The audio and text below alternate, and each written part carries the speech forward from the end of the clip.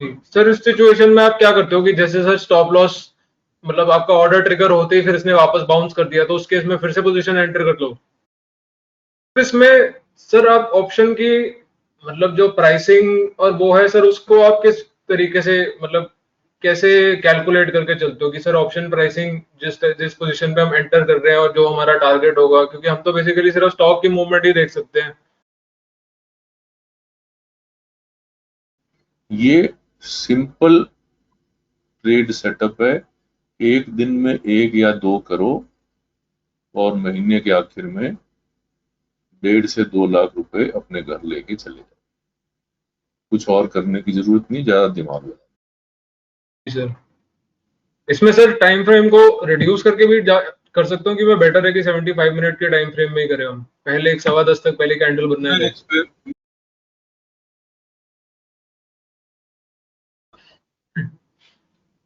ऐसा कोई भी काम नहीं है जो कि एक आदमी कर ले और दूसरा ना कर पाए।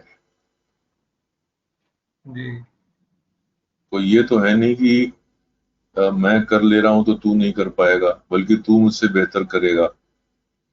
नहीं सर आपके पास इतने ज्यादा सालों का जो एक्सपीरियंस, सर मेरी उम्र से ज्यादा तो आपका एक्सपीरियंस ही है, उससे ज्यादा मैं क्या ही बोलूं। लेकिन अब मैंने तुझे ये बता दिया ना मेरे बेटे कि जैसे अब तेरे को ये जो सामने ये वाला सेटअप मैंने बता दिया। जी अभी हो सकता है कि ये सेटअप तू भी ढूंढता, दिमाग लगाता, पर हो सकता है तेरे को 5 साल बाद समझ में आती बात। जी आज तेरे को मैंने बता दी तो तेरे 5 साल कम कर दिए ना मैंने प्रैक्टिस के। आपको बता रहा हूँ जैसे जैसे जो जो हम्म। एक्सपीरियंस हुए, मैं बीच में आपको मैसेज भी करता रहता हूँ। हम्म। जी सर, यहाँ पे सर थोड़ा कैपिटल बड़ा करने की बात आ रही थी ना, इसलिए मैं थोड़ा डर रहा था, इसलिए मैं आपसे शेयर करना चाहता था कि कैसा एक्सपीरियंस हो रहा है और उसको कैसे अप्रोच करूँ। निफ्टी में भी सर सर आजकल एक तो ये जो निफ्टी की मूवमेंट और उसके साथ स्मॉल कैप और मिड कैप की जो मूवमेंट हो रही है, यही नहीं समझ आ रहा है मार्केट में चल क्या रहा है ये। आपको अपॉर्चुनिटी तो सर बताना दिन में अगर हो पॉसिबल, मैं थोड़ा मतलब ना फिजिकली भी आपके साथ बैठ के या थोड़ा एक सर मतलब जैसे आपकी अप्रोच और क्योंकि अभी तो सर अकेले ही बैठे हैं, तब से अकेले अकेले समझ ही नहीं आता कि जो अप्रोच और जो तुम्हारी आदतें हैं वो ठीक भी है कि नहीं है, क्योंकि नहीं ठीक है यार। थी सिंसियर और सीरियस स्टूडेंट हो तो वो मुझे विश्वास है कि आप समझ जाओगे and you will take away something from today's discussion. हम डेफिनेटली सर। लोगों ने ये डिस्कस किया है कि हम सबसे पहले ट्रेंडिंग स्टॉक ढूंढते हैं। ये हमारी पहली कंडीशन है। ठीक है। जी ये हमको ट्रेंडिंग स्टॉक मिल गया तो इसके अंदर हमारे ट्रेड सेटअप की 3 जगहें हैं। कौन कौन सी जगहें हैं? ये पहली जगह है जहां पे हमको एंट्री ढूंढनी है।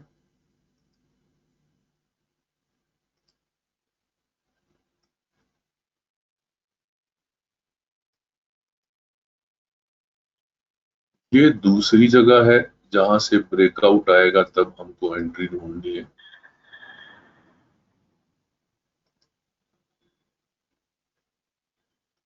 इसको हम कहते हैं एंड ऑफ पुल बैक।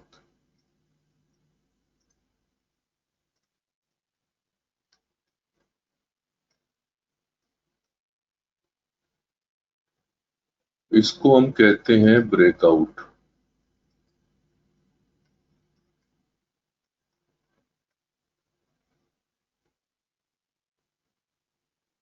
तो यूजुअली क्या होता है, स्टॉक यहां से वापस आता है, यहाँ पे एक छोटी सी बेस फॉर्मेशन करता है, उसके बाद ऊपर जाता है, यहां भी एक छोटी सी बेस फॉर्मेशन करता है,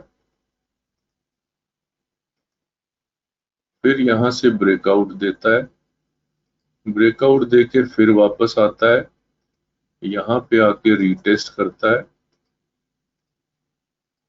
और फिर ऊपर चलता है। तो जो तीसरा पॉइंट है हमारा, वो तीसरा पॉइंट है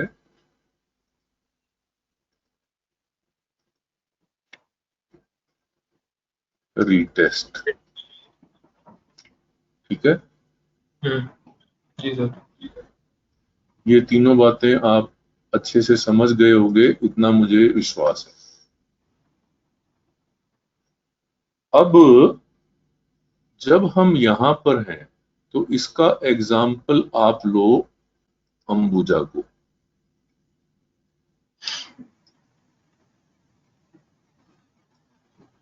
कि ये एक पुल बैक दिखा रहा है और अभी ये पुल बैक से पहले एक बेस फॉर्मेशन कर रहा है,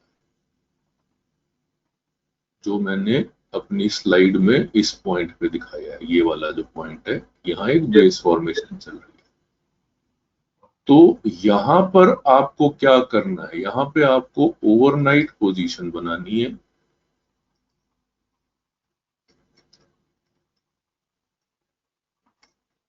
हेज्ड पोजीशन बनानी है और प्रिफरेबली बुलिश पुट स्प्रेड बनाना है।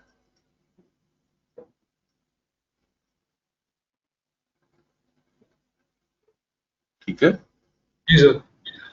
और ये जो आपने बुलिश पुट स्प्रेड बनाया है, इसके अंदर जो आप स्ट्राइक्स चूज करोगे वो कौन सी चूज करोगे?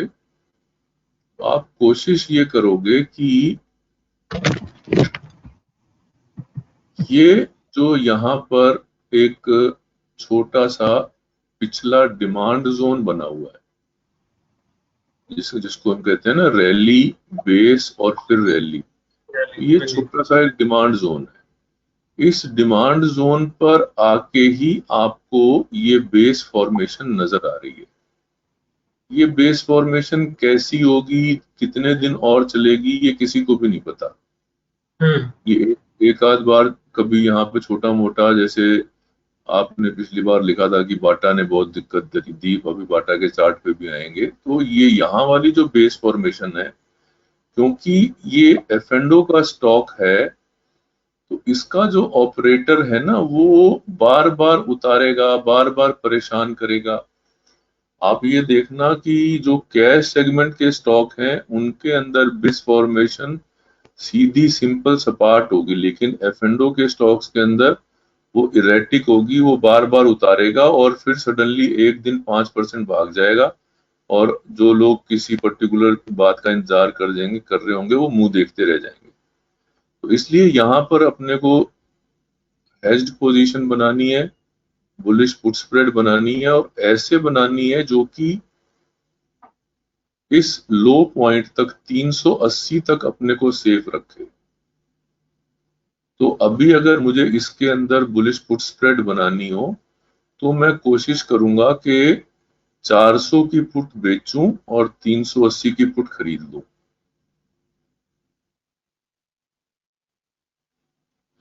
ठीक है। तो एक पोजीशन ये हो गई।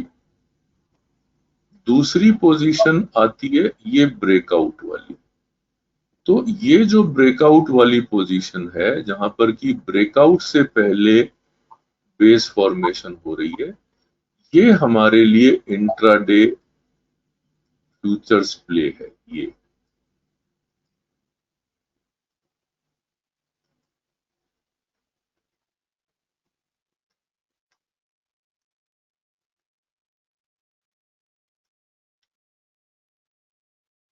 और ये जो थर्ड रीटेस्ट है, इस रीटेस्ट में भी वही पोजीशन बनती है जो कि end of the pull back में बन रही है, क्योंकि ये भी एक तरीके का पुल बैक ही है। तो यहां भी आपको जो पोजीशन बनानी है वो ऐसे ओवरनाइट हेज्ड पोजीशन ही बनानी है। रीटेस्ट वाले केस में भी आपको इंट्राडे प्ले के चक्कर में नहीं रहना है।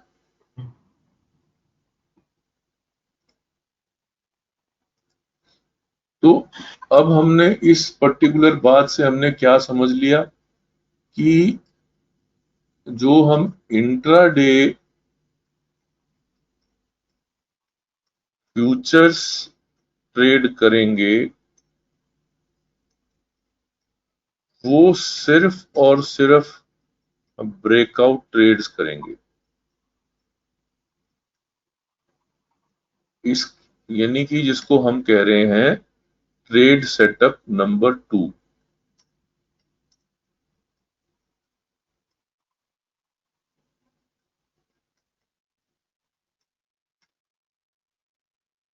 और जो trade setup number 1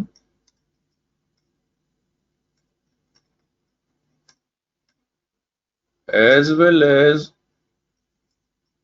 trade setup number 2, ये दोनों के दोनों आपके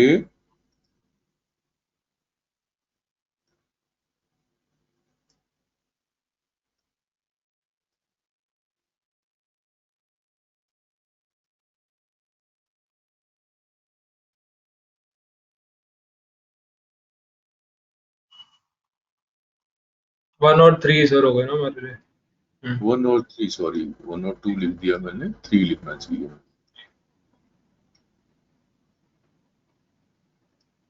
ये हमारी ओवरनाइट हेज्ड पोजीशन होंगी।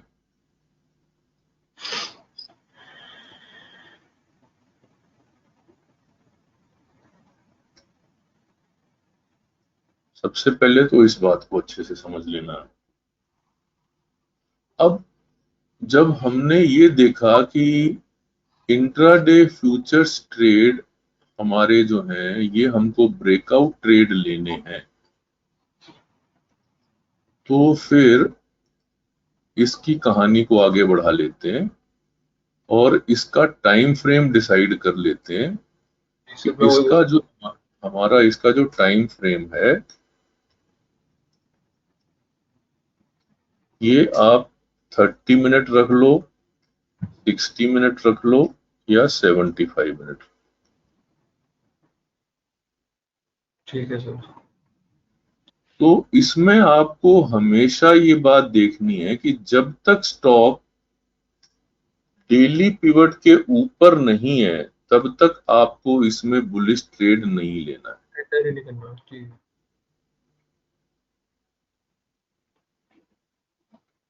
तो अब आपके पास इंट्राडे के लिए ये सिंपलेस्ट बात आ गई कि डेली पिवट के ऊपर होना चाहिए। और If you like this video, don't forget to hit thumbs up, subscribe to Raghu Mantra classes and press the bell icon to receive updates about future videos.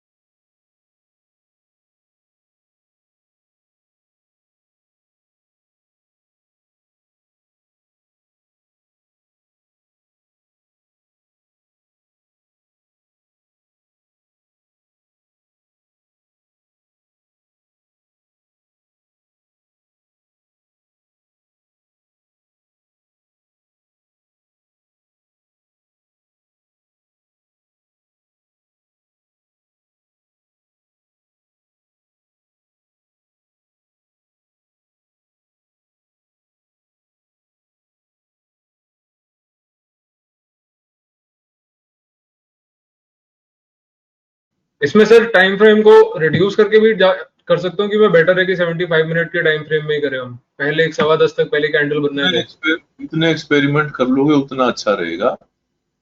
मैं 75 मिनट करता हूँ, ठीक है। लेकिन मैंने आप 30 मिनट से नीचे मत जाना।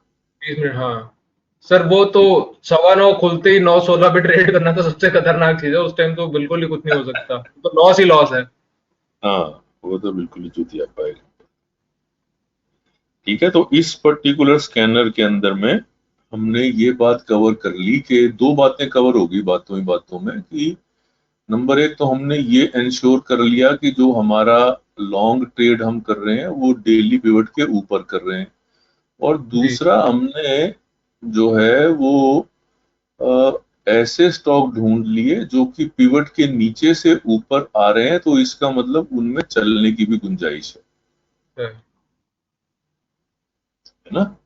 अब इस केस में सर हम इसकी ये तो ना देखें ना कि इसकी ओपनिंग डेली पिवट के नीचे, बस इसका लो नीचे होना चाहिए। लो नीचे होना चाहिए। हाँ सर, ये ओपनिंग तो ऊपर हो उससे कोई फर्क नहीं पड़ता ना, ये हो कि उसके नीचे एक बार टिक करा हो उसने। बिल्कुल बिल्कुल। जी जी जी जी जी, राइट। क्लोज होना चाहिए पिवट के ऊपर। हाँ, क्लोज तो ऊपर होना ही चाहिए, राइट। हाँ, जी सर। ऐसा कोई भी काम नहीं है जो कि एक आदमी कर ले और दूसरा ना कर पाए। जी तो ये तो है नहीं कि मैं कर ले रहा हूं तो तू नहीं कर पाएगा, बल्कि तू मुझसे बेहतर करेगा। नहीं सर आपके पास इतने ज्यादा सालों का जो एक्सपीरियंस, सर मेरी उम्र से ज्यादा तो आपका एक्सपीरियंस ही है, उससे ज्यादा मैं क्या ही बोलूं। लेकिन अब मैंने तुझे ये बता दिया ना मेरे बेटे कि जैसे अब तेरे को ये जो सामने ये वाला सेटअप मैंने बता दिया, जी अभी हो सकता है कि ये सेटअप तू भी ढूंढता दिमाग लगाता, पर हो सकता है तेरे को 5 साल बाद समझ में आती बात। जी आज तेरे को मैंने बता दी तो तेरे 5 साल कम कर दिए ना मैंने प्रैक्टिस के। ये वाली जो मैंने पहले बात बताई है कि ट्रेड नंबर 1 और ट्रेड नंबर 3, इनमें अपने को हेज्ड पोजीशन बनानी है। ब्रेकआउट इंट्राडे ब्रेकआउट ट्रेड्स में अपने को फ्यूचर्स की पोजीशन बनानी जी है। सर। फ्यूचर्स की पोजीशन को कभी भी ओवरनाइट नहीं लेके जाना। वो कई बार आदमी को जब वो ट्रेड होने लगता है या हो जाता है तो ये लगता है यार मैंने ये पोजीशन रख ली होती तो मेरे को 2 लाख आ गए होते, मेरे को 5 लाख आ गए बिल्कुल होते। बिल्कुल बिल्कुल सर, बिल्कुल वो ठीक कह मैंने रहे हैं। मेरे को तो कभी आए नहीं भाई। तो फिर अंत में मैंने छोड़ दिया उसको, मैंने कहा कि मारो गोली, ये तो सारे सपनों में फैंटेसीज में ही आते हैं, एक्चुअल में नहीं आते। ठीक है सर। निफ्टी में भी सर सर आजकल एक तो ये जो निफ्टी की मूवमेंट और उसके साथ स्मॉल कैप और मिड कैप की जो मूवमेंट हो रही है, यही नहीं समझ आ रहा है मार्केट में चल क्या रहा है ये। यार समझ में तो आ रहा है लेकिन कोई समझना नहीं चाहता।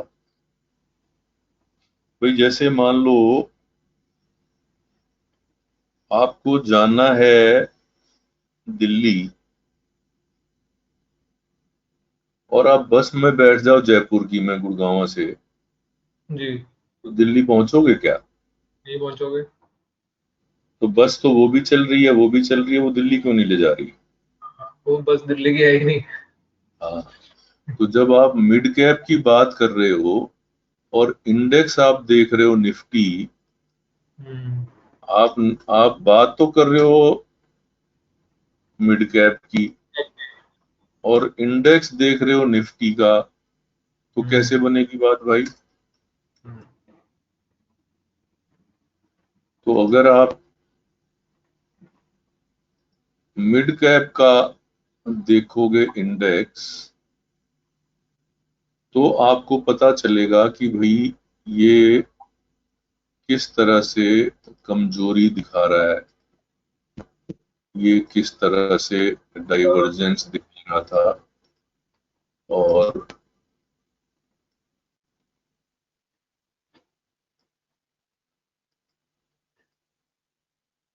तो अगर आपके पास में इंडेक्स में मिड कैप का स्टॉक है तो आप मिड कैप का इंडेक्स देखो ना भाई। अगर आपके पास निफ्टी 50 का स्टॉक है तो आप निफ्टी 50 देखो। हम्म, अगर आपके पास ऑटो का स्टॉक है और आप इंडेक्स देखो आईटी का, will it make sense? No, not at all. फिर वही बात हो गई है। आज ये जो मेरा ये था ना, जो स्कैनर जो मैंने आपको ये सिंपल स्कैनर बताया, जी कि वो पिवट के नीचे लो हो और पिवट के ऊपर हाई हो और यहाँ पिवट के ऊपर क्लोज हो, हम्म, इसके अंदर जो पहले 7 या 8 स्टॉक थे उसमें से 4 आईटी स्टॉक थे। ओके। तो उसने इस सिंपल ऑब्जर्वेशन ने मुझे ये बता दिया कि भाई IT stocks are going to do well. Yes, right, correct.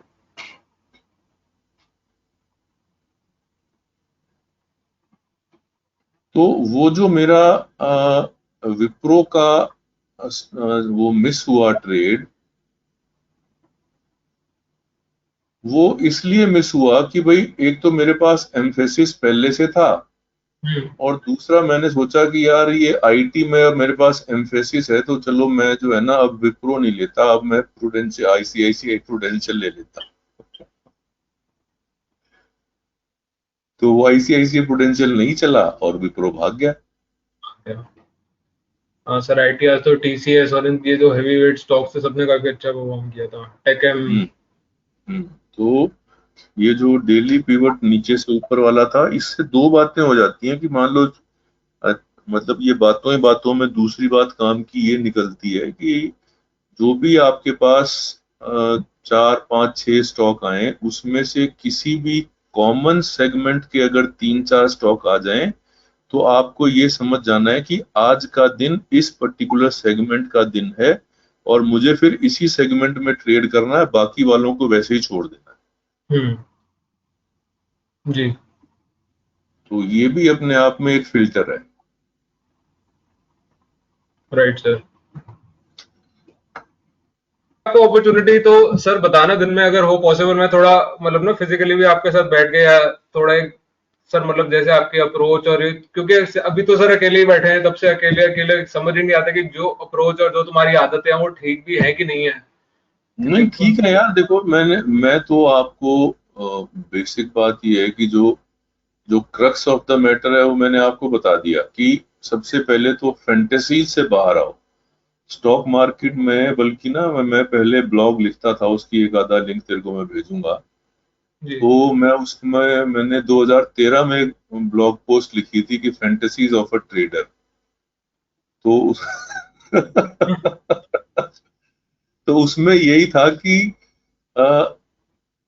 Overnight open positions, unhedged positions future and option की रखना, और ये सोचना कि वही ये जो है इस एक ट्रेड से मुझे 1 2 लाख रुपए मिल जाएंगे, वो डेंजरस है यार। डेंजरस है। जी सर। इसलिए सर आप फैंटेसी से सही वर्ड यूज करा आपने बिल्कुल, कि वो फैंटेसी ही है और उसको तुम्हारे को फंसा लेती है अपने ख्यालों में। लेकिन अब आप बता रहे हो कि इतने एक्सपीरियंस के बाद भी आप ओपन पोजीशन लेके अगर लैपटॉप पे आगे से नहीं हटते, डेस्कटॉप पे आगे से, तो सर ये तो नहीं हटता हूँ, बहुत बहुत बल्कि बड़ी मेजर लर्निंग होगी सर। मैं तो फोन कॉल भी नहीं लेता हूँ मेरे भाई। और ये जो अपनी मेंटरशिप वाली जो क्लासेस हैं, ये मैंने बंद भी सिर्फ इसलिए की थी कि आई हैड फाउंड के भाई मेरा मेन काम